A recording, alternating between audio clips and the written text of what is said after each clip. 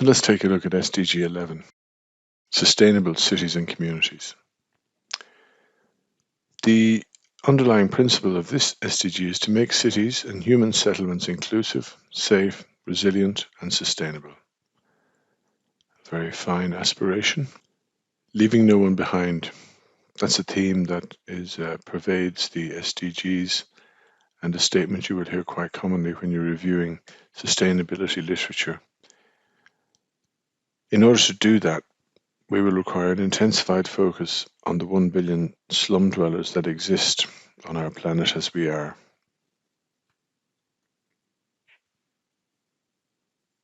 The number of countries with local disaster risk reduction strategies nearly doubled between 2015 and 2021. It's up now to nearly 100. In sub-Saharan Africa, less than a third of city dwellers have convenient access to public transportation. That's a third of city dwellers. That's a shocking figure. As cities grow, municipal solid waste problems mount. Globally, municipal solid waste has problematic issues. While 82% of it is collected, only 55% is managed in controlled facilities. So again, like SDG 10, SDG 11 has 10 targets. Target 11.1 by 2030, ensure access for all to adequate, safe and affordable housing and basic services and upgrade slums. I think everyone would be aware that that's an issue that's of particular relevance in Ireland at the moment. Affordable housing, safe housing. Globally, it's estimated that 1.6 billion people live without adequate shelter. 1 in 7 people on the planet currently lives in a slum. 1 in every 4 people will live in a slum by 2030, according to current estimates. In some countries, as much as 90% of the urban population live in slums. What would it have been like living in a slum during the COVID pandemic? What is it like living in a slum at any stage, on any day? How do we monitor this? What are the indicators? The proportion of urban population living in slums, informal settlements, or inadequate housing. The statistic that we look at there.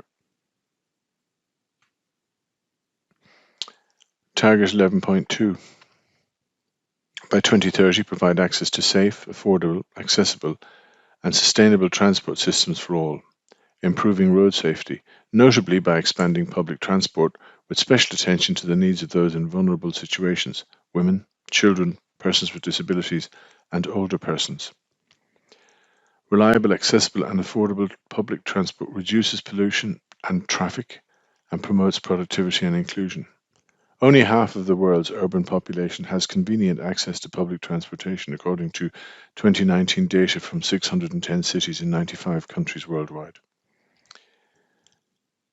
Do you think it's possible for a person to get away from poverty without access to decent transport, to public transport? The indicator for this is the proportion of population that has convenient access to public transport by sex, age, and persons with disabilities. Target 11.3. By 2030, enhance inclusive and sustainable urbanization and capacity for participatory, integrated, and sustainable human settlement planning and management in all countries. This is basically addressing the target we just discussed. The indicator here is the ratio of land consumption rate to population growth rate. Target 11.4. Strengthen efforts to protect and safeguard the world's cultural and natural heritage. Heritage is our legacy from the past, what we live with today, and what we pass on to future generations. Our cultural and natural heritage are both irreplaceable sources of life and inspiration. World Heritage Sites belong to all the peoples of the world, irrespective of the territory on which they are located. The indicator for this target is the total per capita expenditure on the preservation, protection, and conservation of all cultural and natural heritage by source of funding. When read as it's written, this is a bit of a mouthful, but the key here is to, by 2030, significantly reduce the number of deaths and the people affected by disasters, including water-related disasters, with a focus on protecting the poor and people in vulnerable situations. There is a second target in there, substantially decrease the direct economic loss caused by said same disasters. The Indicators for this particular target are the number of deaths, missing persons, and directly affected persons attributed to disasters per 100,000, which is clear. The direct economic loss attributed to disasters in relation to global GDP. The damage to critical infrastructure and the number of disruptions to basic services attributed to disasters. So clearly, this target is about reducing the impact of natural disasters. Less than half of the least developed countries and only one-third of the small developing island states have a multi-hazard early warning system, meaning their mortality rate is likely to be 8 times higher than countries that are equipped. So again, I think it's very, very clear throughout a lot of the SDGs and a lot of the targets that we look at that the poorer, least developed countries are much more vulnerable in so many ways. Target 11.6. By 2030, reduce cities' adverse per capita environmental impact, including by paying special attention to air quality and municipal and other waste management. It's estimated that there are approximately 1,300 premature deaths annually in Ireland due to poor air quality from fine particulate matter, PM5. We'll talk about what that actually means in the relevant unit. The choices we make in how we heat our homes and how we travel directly impact the quality of the air we breathe. The indicator for this target, proportion of municipal solid waste collected and managed in controlled facilities out of total municipal waste generated, and the annual mean levels of fine particulate matter, PM2.5 and PM10 in cities. PM2.5 is particulate matter that's below 2.5 microns, and we will go into the detail of that and how it's looked at, as I say, in detail later on. Target 11.7. By 2030, provide universal access to safe, inclusive, and accessible green and public spaces, particularly for women and children, older persons, and persons with disabilities. The indicators for this target are the average share of the built-up area of cities that is open space for public use for all by sex, age, and persons with disabilities, and the proportion of persons victim of physical or sexual harassment by sex, age, and disability status, and the place of occurrence. Target 11A.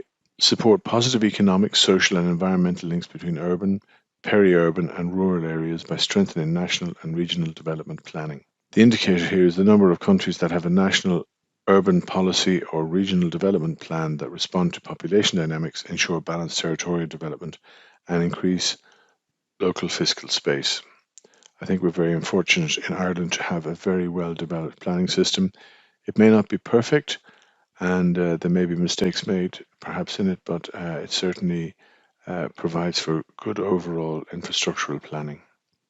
Target 11B. By 2020, substantially increase the number of cities and human settlements adopting and implementing integrated policies and plans towards inclusion, resource efficiency, mitigation and adaptation to climate change, resilience to disasters, and development and implementation, in line with the Sendai Framework for Disaster Risk Reduction. Quite a mouthful, but I think it's pretty clear what that means. The indicators for this are the number of countries that adopt and implement national disaster risk reduction strategies in line with the Sendai Framework, and the proportion of local governments that adopt and implement local disaster risk reduction strategies in line with national disaster risk reduction strategies.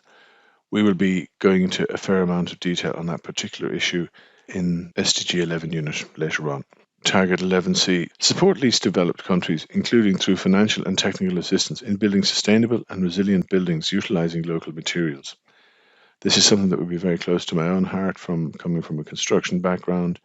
Local materials, sustainable building, really important issues that we can all contribute to and that we can all have a look at. That concludes our brief overview of the 5 goals that relate the SDGs to prosperity. Thank you.